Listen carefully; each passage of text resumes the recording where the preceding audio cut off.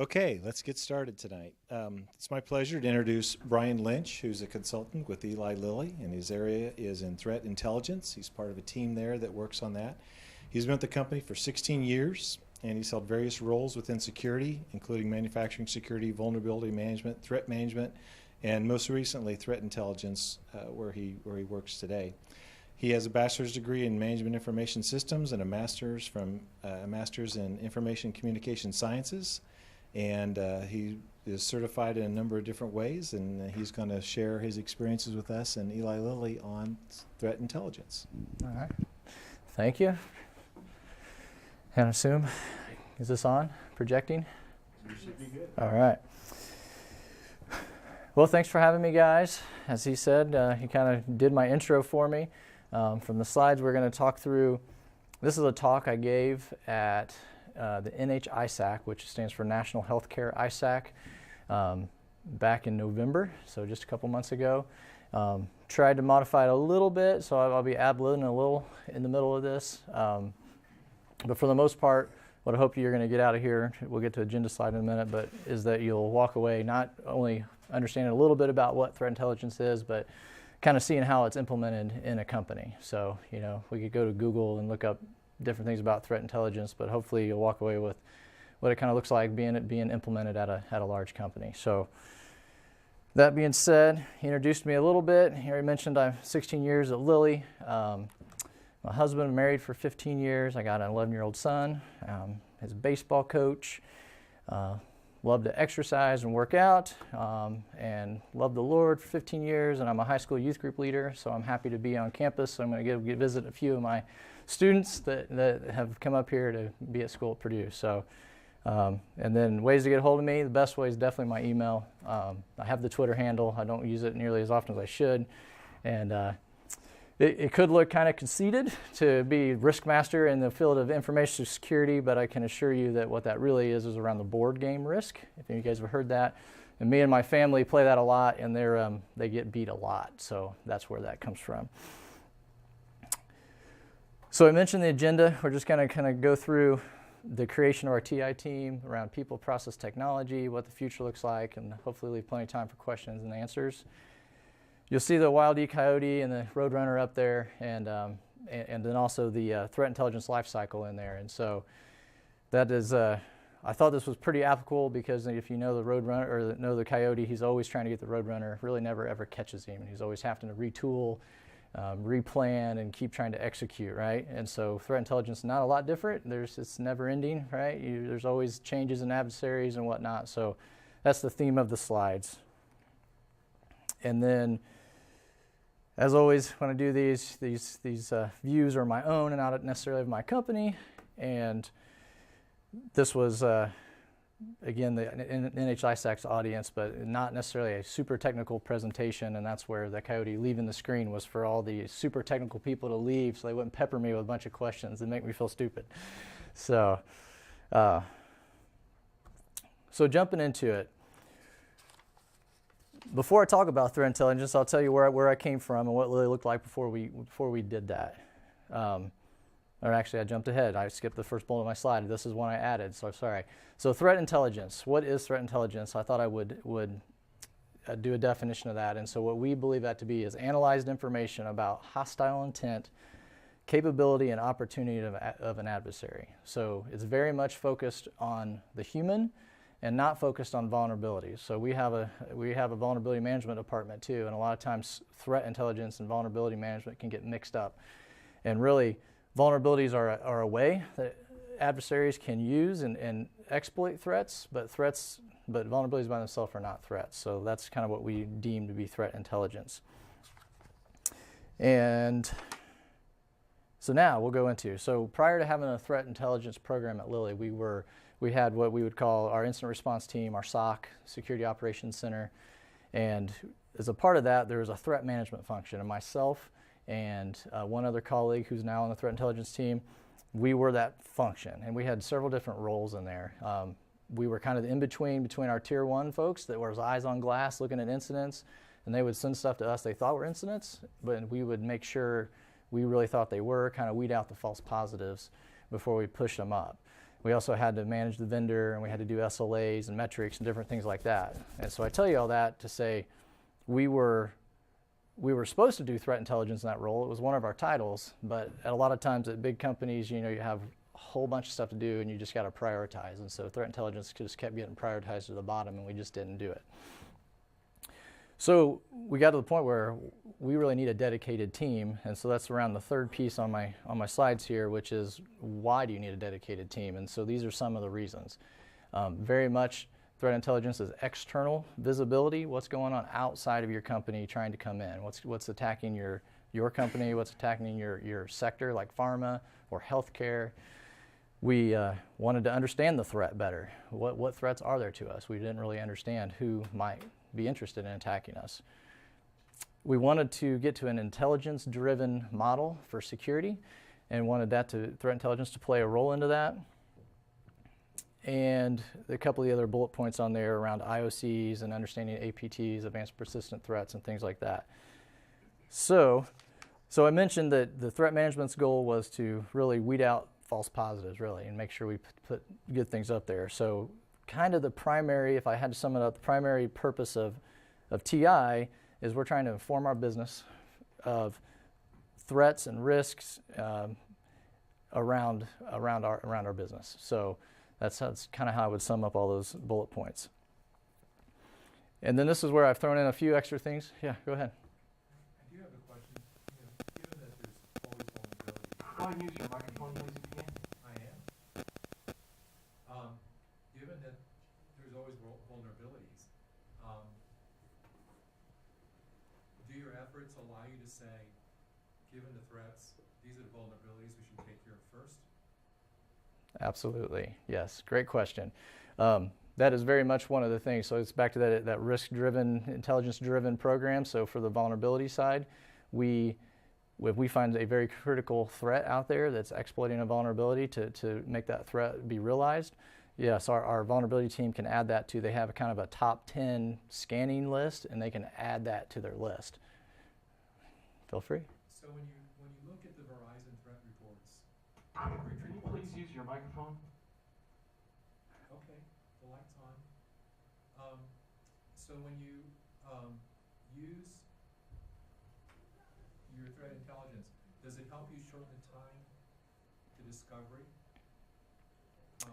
That sometimes you see, like in Verizon reports, sometimes they don't find a threat until,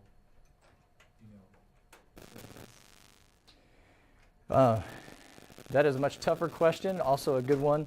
Right now, I would say, and so some of my Lilly colleagues are here in the corner, and they're going to introduce themselves towards the end or at the end. But right now, we don't do a super great job of metrics tracking, and so dwell time and reduce all those different things. It would be hard for us to say definitively that our program's doing that. I would like to say we are. We just have a hard time quantifying it right now, I think would be a fair answer to that.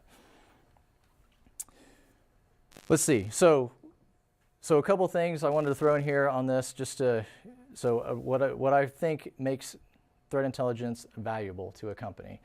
And to me, it's a lot like goal setting. You probably heard goal setting, and they need to be realistic, and they need to be timely and whatnot.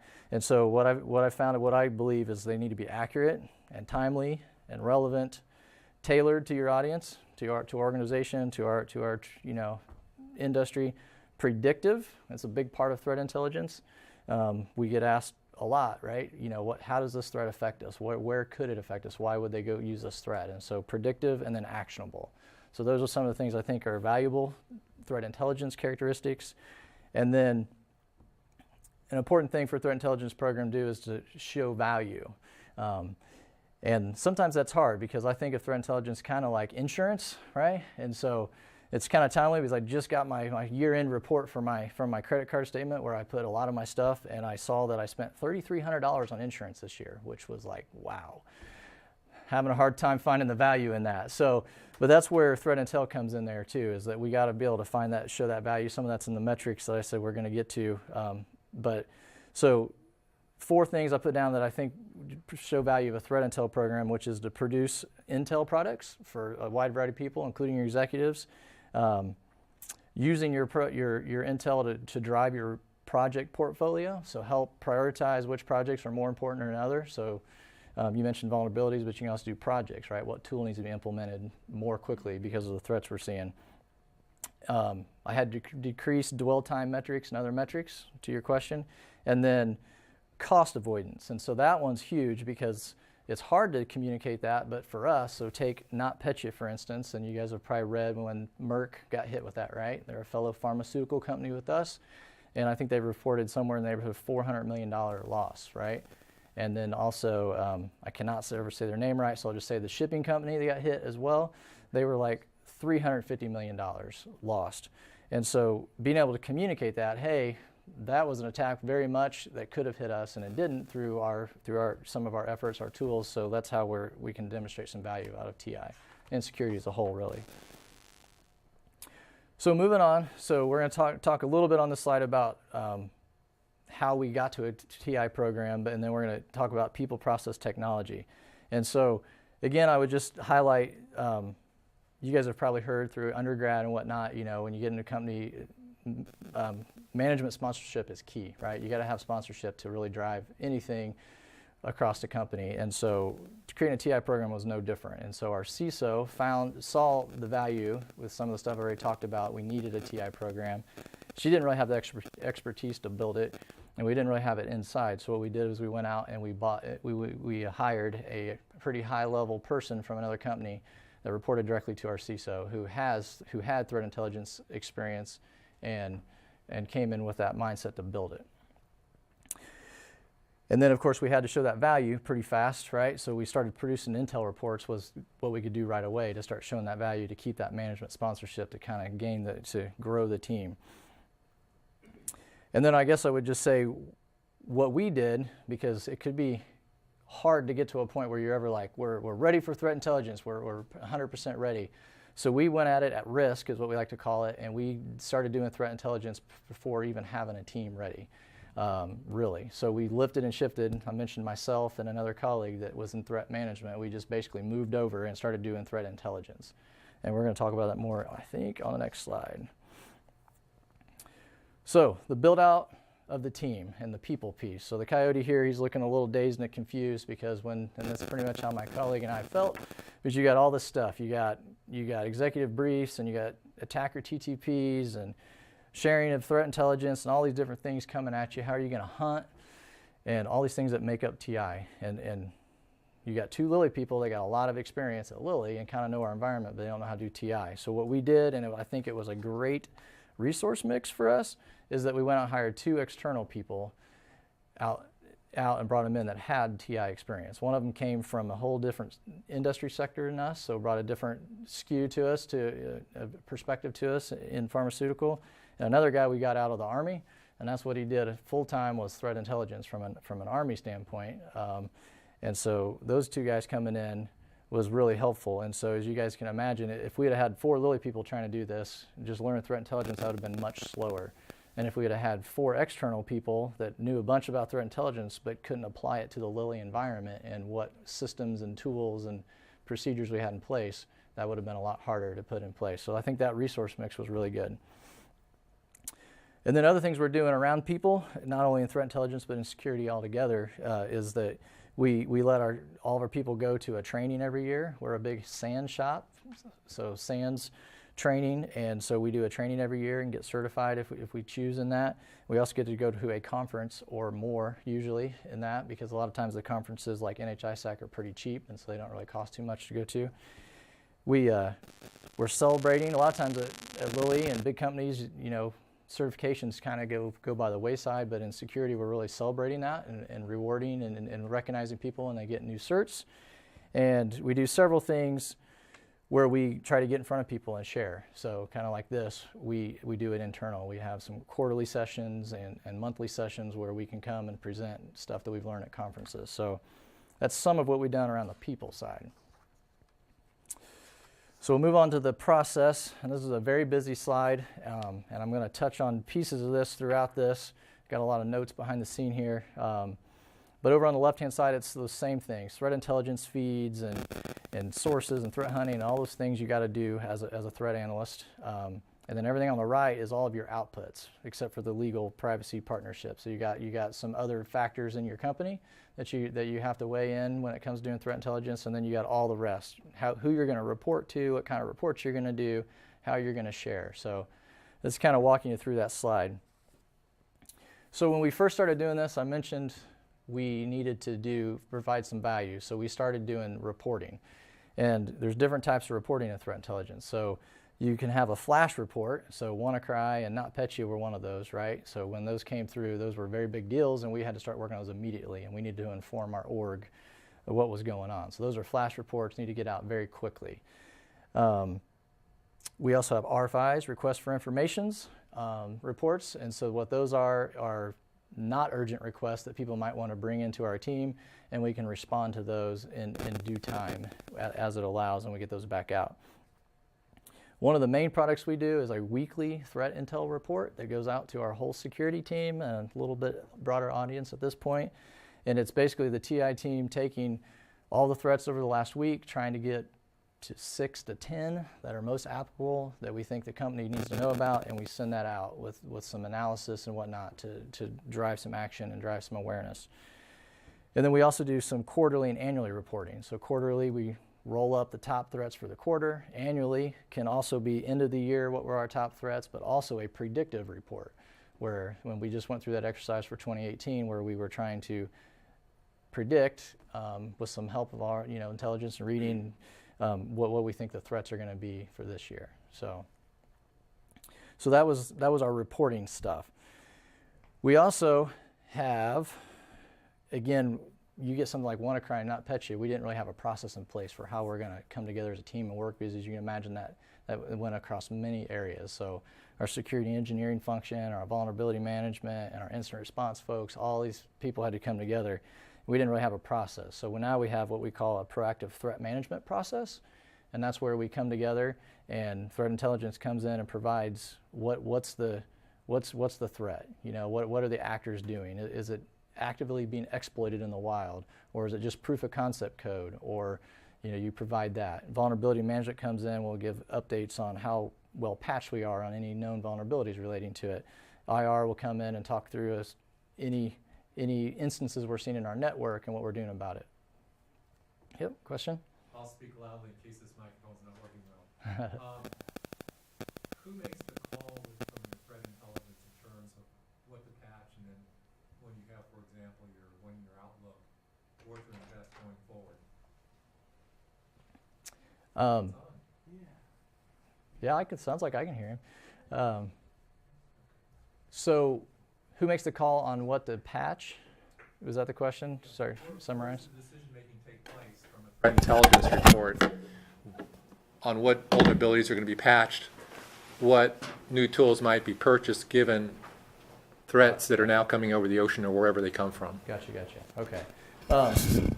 Around vulnerability management, a lot of times if something has to be patched quickly, it'll fall in that PTM process I was just talking about, and that's what that team, as a team, those three areas kind of come together and get to a group decision, and that goes up to our management. Okay. And our management ultimately makes that call and then contacts management over in our infrastructure areas to do the patching. When it comes to our projects, that's still a work in progress, but that's a tie into our risk management function. So they have what we call like a risk registry where all of our different risks are out there, and our projects ideally will all kind of be related to this risk registry, and so that's how projects could be prioritized. And so that's how the call will be made on those. Does that address your question? I'm going to hold off on a few more questions because I don't want to take over all your time. Okay, no this worries. Is great. Let's see. So I want to talk about our reporting, because this was something I got a lot of feedback on at the NHISAC. And so from a threat intelligence standpoint, when it comes to these flash reports and NotPetya and WannaCry, those were big wins for threat intelligence at Lilly, because what we decided to do as a team is we decided to produce reports quickly, very quickly, in the absence of them needing to be even 80% correct. And so I got a lot of feedback afterwards where people were saying, oh, so you're just pushing out crap, right? And that's not true, right? So we're still trying to do the best we can, but what we don't want to do is be super behind and everybody else in the org already making decisions before they hear from threat intelligence. So specifically in WannaCry, we produced threat intelligence like 8 hours prior to getting anything from our commercial feed vendors. And in the end, that first report, our first report compared to their first report, was way more accurate. And so that was a big win for us. And that's not slamming commercial feed providers, because they provide a lot of value to us too, but they definitely have to be slower because they need to be more accurate. They got to be more on the accurate side than speed. They have to balance it too. But so that's what we do. We find that very valuable for the org. I think the org enjoys that. And so then you might be asking, if we're not getting our data from threat and feed providers, where do we get it? And so this is where our partnership with NHISAC is super cool. There's a tool called, or a forum called We Secrets. And so it's basically a chat window, really, and all the different members of NHISAC are in there, and take not Petya. So Merck people were out there, and when they figured out how they got attacked, where it came in at, they were out there freely sharing that, and it was super valuable to us. Maybe kept us from being hit with it, because we had similar situations in some areas, and we were able to go find those and close those down or patch them. So that was very helpful. So We Secrets, having a chat window with external people, is super big in intelligence. Yes, sir? So Congress passed a law, I think it was late 2015, maybe 2016. I think it's 2016, where basically they made it easier for corporate America to share information with the government and vice versa, and made DHS responsible, making sure that the information it received was shared equally and quickly among government agencies. Have you seen that help within the last year at all, in terms of threats? I would say I haven't seen a difference, no, Okay. in that. It's just my opinion. Maybe other people might think differently, but for who we partner with and how we share, I didn't really see any difference in that. So, Okay. would be my answer to that. Let's see. And then for a big piece on here, so this is around the legal partnership. So I would say that all legal departments are pretty conservative. The legal department at Lilly is probably more conservative than others. We're heavily regulated by FDA, and so we got to be really careful about what we do and what we share. And so, there's meant to be healthy tension between a threat intelligence program and a legal and a law division, right? Because the lawyers are trying to keep us safe from being sued and harm, and threat intelligence is trying to keep us safe from hackers, right? And so we have two different viewpoints, and we got to come together as partnership. It's easier said than done, but what we've decided, what we think has helped with that, is that you have to play offense, right? Because if you're not playing offense, you're playing defense, and when you're on the defensive, you never really get anything through. And so we play offense, and so I was going to share a couple examples of that. The first one's around our threat hunting, right? So threat hunting was very, that made our lawyers very nervous to even talk about threat hunting. So we came up with a plan to go through threat hunting, and I think it was a PowerPoint deck, maybe a PDF, but we created basically a list of things that we were going to do. What are we going to hunt? What kind of log sources are we going to use? What types of things are we going to look for? And made it very specific set of things that we would hunt on, and also a very specific set of things when we would stop hunting. So like if it became known, or was getting very close to know the person that was behind a said thing, then we would have to stop and then pass that on to instant response, and they have procedures with the lawyers on how they handle that. So taking that was our offensive approach. We took that to our lawyers. It wasn't easy. It wasn't one meeting and we're done, but we got to a point where they signed off on our threat hunting, and now as threat intelligence people that hunt to find some threat intelligence in our network, our internal threat intelligence, we know what we can do without any recourse. So that was super big, super huge for us. The other one is around threat sharing, and so it was a similar situation. We were ingesting a whole bunch of stuff, getting a lot of stuff from other people, but we weren't sharing anything. We were told we couldn't share anything, and so it was the same kind of deal. We created a PowerPoint presentation, took it to the lawyers, several iterations, but we were telling them, okay, this is the type of stuff that we think is green data. So the TLP, green, amber, red, or in white. So these are what we think is white, and this is how we would share them internally and externally, what media how we would use it, and if it's red and orange. And so we laid that all out and got approval eventually. So now, as threat intelligence analysts, we know what we can share freely, hopefully without recourse, right? And so that that is how we played offense and how we got to partnership with legal. And it's it's cyclical, just like everything else. You got to keep doing it, but that's something that's very important to do when you're doing a threat intel program. Alrighty. All right, we're going to move on to technology.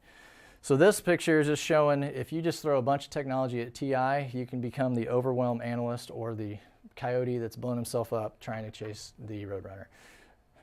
So, and that's not where we want to be, because again, all these different tools on the right, firewalls and IDSs and VPNs and DLPs, you could get lost in trying to hunt all those different logs or trying to figure out how to enrich those with threat intelligence and all the different things. So you got to have a strategy around your technology. So I've often heard it said that operationalizing threat intelligence is a lot like cat herding, and I would say that that's probably pretty accurate analogy. So what we want to get to is here, where the coyote's looking real cool and calm and sleek and feeling very confident and in his abilities. And so what we did at Lilly, some of the things we did. So when we first started the program, we needed some help, right? How do we get in threat intelligence? We need somebody to feed that to us, and we didn't have a lot of threat sharing. We didn't have secrets. We didn't have companies helping us. So we did a lot of open source stuff. We did have NHISAC, so they would feed us some stuff. But we also had some government stuff. So we have the InfraGard, which is an FBI agency that you sign up for and you get information. There's also the Indiana Fusion Center, and we're members of that, and we can go out there and get information. And then there was just reading open source articles from SANS and other training organizations, or blogs from popular guys that you guys and gals that talk about threat intelligence that you want to hear from. So that was what it looked like initially for us. That's how we were gathering our threat intel, and it was truly externally only focused. After a while, it became, okay, we're basically getting tactical intelligence, right? Because threat intelligence is broke up into tactical, operational, and strategic. And so tactical is that low-level IOC, indicator of compromise type stuff, IP addresses. And then, to get to operational and strategic, you kind of got to move up a level. And so we thought to get there, we're never going to get there on open source, so we started looking at threat intelligence providers. So I talked about them earlier and kind of what they do for us. So thinking through, we didn't really know. Do we only need one? Do we need three? Are they all going to repeat? So we wrote some requirements around what we think we needed out of a provider, which basically for us said, hey, we're looking for operational and strategic requirements. We felt like we had tactical covered. If you guys want to throw in some tactical, okay, but we need operational and strategic. And we also wanted to proof of concept them all at the same time, or as close as we could. So we ended up doing 5 or 6 threat intel providers over the course of a month and a half or so, and really just looking at their data. And it was great. You could hear about a threat, you could punch in all their portals and just see what they knew. And that's where we landed on. We did buy 2 threat intel providers, and that was really because one seemed very operational focused and one was very strategic, and they didn't seem to overlap a lot. And so that's where we ended up and bought 2 of those. Then you run with that for a while. So you're getting all your emails and all your stuff from your open source, and then you get all the stuff from the threat intel provider, and you, again, start to look like the coyote in the last picture, and you're like, man, I got to do something about this. So then there's this nifty thing called the TIP, a Threat Intelligence Platform. And so we started looking for that, and we were like, okay, so what a TIP's going to do for you, it takes all these different threat intel feeds, it's going to put them in one spot, so you have one portal log into, it's going to correlate them, so you see one, so if they do duplicate, they dedupe it, and then you see one article or one title, and then it will tell you all the sources you have coming in that reported on that, which kind of gives you a level of confidence, right? So if you're looking up something and just some open source thing told you about it and none of your premium providers, confidence is a little lower. But if everybody's told you about it, it's a pretty high confidence that this is a real threat out there. So that's what we did with our TIP. And I did want to touch on that. We did the same thing. We POC'd proof of concept 2 of those side by side, and we wrote up requirements. But I wanted to touch on the requirements because a lot of times organizations are bad for make sure I get this in the right order, letting our investments, our tools, drive our requirements. And that's the wrong way to handle it. And so at least we think when it came to our TIP, we did it the right way, which we let our requirements drive our investment. So we could have went out and got maybe even a more expensive or a bigger, better TIP solution that would have had 80% of stuff we weren't ready to do in the next 2 or 3 years because we're not that mature yet. Because think I failed to mention, we're a new program as of July 2016 is when we've been doing threat intelligence, when that program came on. So we wrote requirements to be very specific to what we thought we would do in the next year or two. And so that's how we picked our tip, was based on that. So that was big for us. So we're not inundated with a whole bunch of functionality that we can't use anyways. So that's around the technology. Quickly, I was going to tell you now what we hope to do from a TI standpoint in 2018 and beyond. So we've talked about the tip, just finished up about that. And so right now, we do all I just talked about. We ingest a bunch of different feeds into it, and it dedupes it, and it correlates it, and it gives us some confidence. But what we're not doing is we're not integrated with any of our security tools. And so like our SIM, for instance, we really need to get threat intelligence data into our SIM. And so that way we can write use cases off of that, or we can just enrich the data that's already there with some threat intelligence. So that's some of our goal, is to enrich our endpoint security tools with threat intelligence data from our tip, enrich our SIM, things like that. Mentioned threat hunting. Right now that is a very manual process for us. And so we do believe there's low-level, low-hanging fruit stuff that we should be able to automate in some way or fashion. So as a part of 2018, we're going to look into threat intelligence tools or threat hunting tools that may be able to help us in that area, and so that we can help to alleviate some of those daily tasks of threat hunting that they can just do on their own and alert us when they find something. So that's something we want to do. Threat modeling. That's something we don't do any right now. Just probably just a resource concern. We probably don't have the time for that. It's a low priority. But there's some real value in threat modeling, and depending on time and questions, I have a backup slide I threw out, a couple of the models to show you guys at the end. And then additional staff. So I mentioned we have four people on our team. We're all consultant level like myself. And so what we really think would help TI at some point or another is to bring in an entry-level person to maybe focus on tactical intelligence, and then let a couple people focus on strategic and operational, and kind of split the team up, where right now we're kind of one big mass. And so I think it would be a great thing, and that's part of the reason that Lilly came up today, is just to let you guys know we have a program, and you know, there's opportunities there in threat intelligence and security coming, you know, down the road. So we encourage you guys to keep us in mind. Yes, let's see. I think that is it for there. So then to just sum up, so the key takeaways around the people side. Again, sponsorship's super huge, right? Whether you're just trying to get a program in place, whether it's threat intelligence or otherwise, at a big company, you got to get your management sponsorship on board. And then I talked about beat the resource mix to death, but I really think having external and internal people in the TI team was very helpful for us.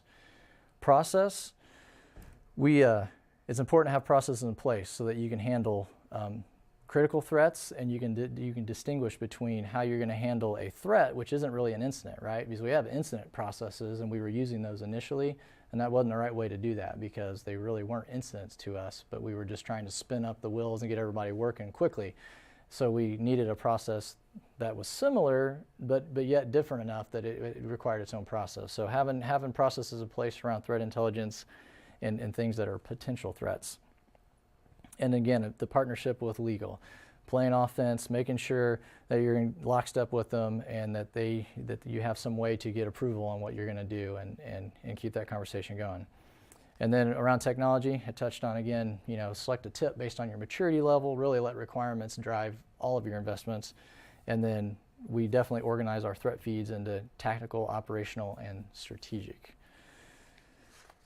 So that being said, that is where I would open up for some questions. And then, like I said, I do have a final slide that's got some other TI-specific stuff. Because, again, I know that was very process-driven, but we'll go questions first. So when you sit down and you look at a threat, and it's, you know, if it's some threats you can take care of in the normal course of business and investment, other threats, especially strategic ones, may require some future investment. Who assigns the value of the consequence if those risks actually occur? Who weighs the risk probability and assigns a cost to the consequence? Is that something you would do, or is that a team effort with other departments as well? So that would definitely be a direct tie-in. Great question. That would be a direct tie-in to our risk management folks. So that risk registry I touched on earlier. We want that threat intelligence driven program. So we want those bigger strategic things that aren't going to be quick fixes. Hey, go check this setting in this server and make sure we're not going to get hit by this. But this is going to take months to implement. We need to get that on a risk register, and the risk management work is going to be that for us. They're the ones that should drive that and keep that strategic level and getting it to leadership. Hey, this is where we need to invest. So when you Let me refer, just, go ahead, I'm sorry. I just want to add to that. And by the way, I'm Jamelia King. I'm the director of our monitoring, investigations, and response teams, which is our INR, threat intelligence, and our digital forensics team. There is an intentional effort for us to, as a collective leadership team, come together and identify what our top 10 information security risks are. And we do use a lot of the information that's a part of the risk registry to make specific strategic decisions around where our investments are going to be over the next course of 1 to 3 years, right? So we do take into consideration that. Now, as far as associating the cost with each risk, we have not quite matured to that space yet. And as Brian mentioned, it's kind of hard sometimes to quantify it, but we do have enough external use cases that we can use to leverage and quantify some of the risk that's in place. Okay, so that was leading into my next question, which is the risk management side. Is it one big organization in Lilly that looks at everything from hail damage to cyber threats, or do you have like a team that specializes in cyber threats and works as part of that big organization? How's that structured out? Yeah, so the risk management I'm talking about is definitely information risk management, and so they're underneath our CISO, and they are an org. Jamelia has her section of security. There's a lead over our information risk management area. Yep. Other questions? As you can tell, it's an area of interest to me. Okay, that's good. So when you do your situational awareness of what's happening, have you had a lot of chance to look at that, or are you now pretty much just using your portal with different dashboards, if you will, to kind of give you an overview and figure out what you need to focus on short and medium term? I'm not. So can you give me an example what you mean by like situational awareness versus looking at our dashboards? You have one on top. Well, you mentioned a portal, right? And Yeah. you mentioned that you've got different feeds, and you basically look where feeds match each other, so you don't have to read the same thing 2 or 3 times from 5 different sources. Mm-hmm. Is that just basically like an email? Is it a significant activity report rolling by? Do you have it depicted on the network architecture? How do you display that information so people can intuitively act on it faster if it's feasible? Gotcha. So our threat intelligence feeds are very much only for the threat intelligence team. So there's our TIP. So we log into our TIP. We do have access to the portals of all of our different providers, right? And we can log into ISAC, we can log into InfraGard, but for the most part, wherever we can, it all goes into our TIP. So we have one place to log in. But literally that TIP has 4 users, and it's the 4 threat intelligence analysts or consultants. So they're the only 4 people that can log into it, and we're the ones that see that data. So how it gets disseminated to the rest of the organization is through all those different reporting mechanisms I talked about: Flash, RFI, weekly. Those are and we also have a weekly meeting where we stand up and talk too. I skipped over that in my notes, but so that's how that information kind of gets disseminated across the org.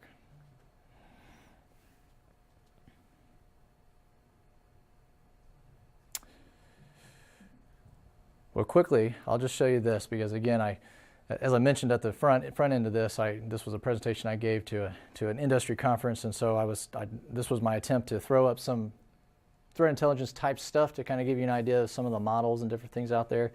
There in the center is the threat intelligence lifecycle that we saw on the front, the agenda slide. So again, planning a direction, collection, processing it, analyzing it, getting the information out, and then going again, right? And it's just this constant cycle where, because threat actors change, and there's always more and more threats. So that's kind of that model. And so I've talked about threat modeling.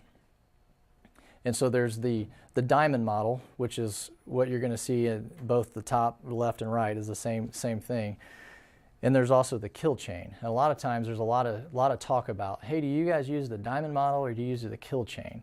And again, don't get me wrong, I said we don't really do a lot of threat modeling right now, so it's not saying we're doing this.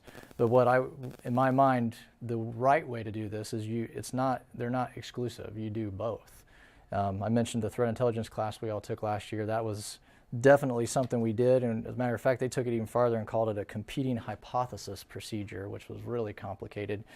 But that's more like what's in the bottom left-hand corner. So you take the kill chain on the left, and then you got different adversaries. I know it's very small, but those columns are all different adversaries or different scenarios going on.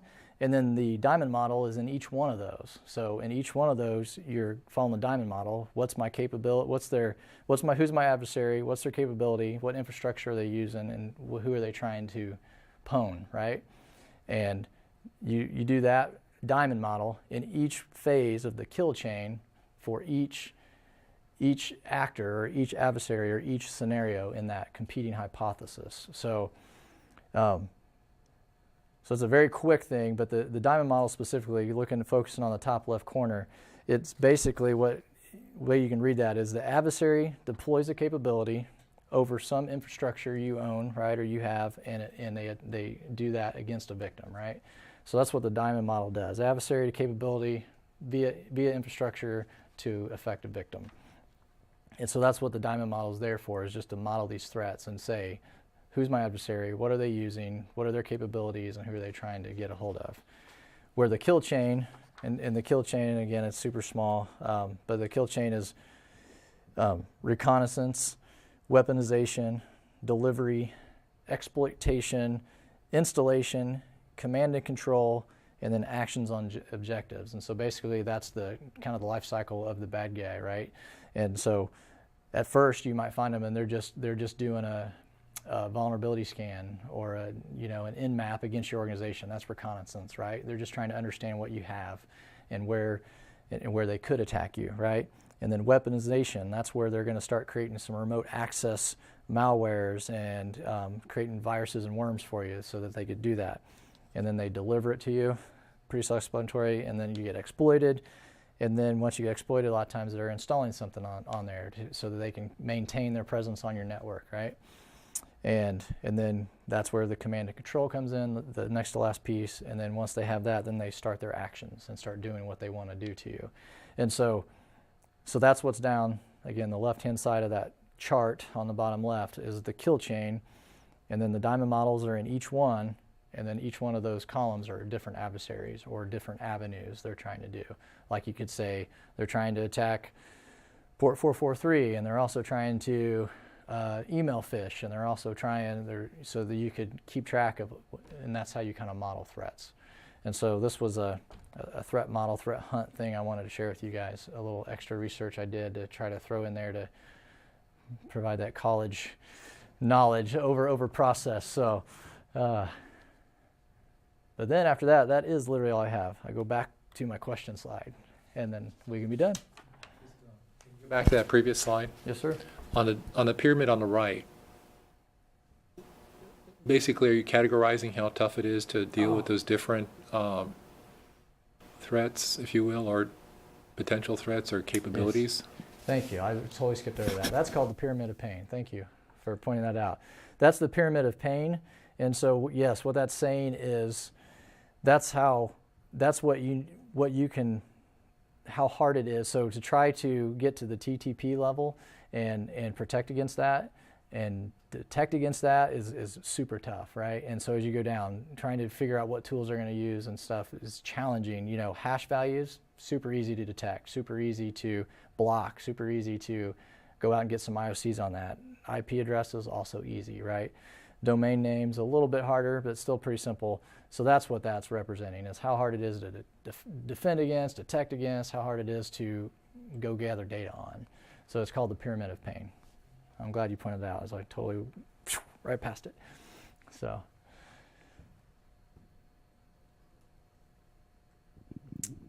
Anything else? Okay, if there's nothing else, let's thank Brian and his team for coming up here tonight. Thanks, guys.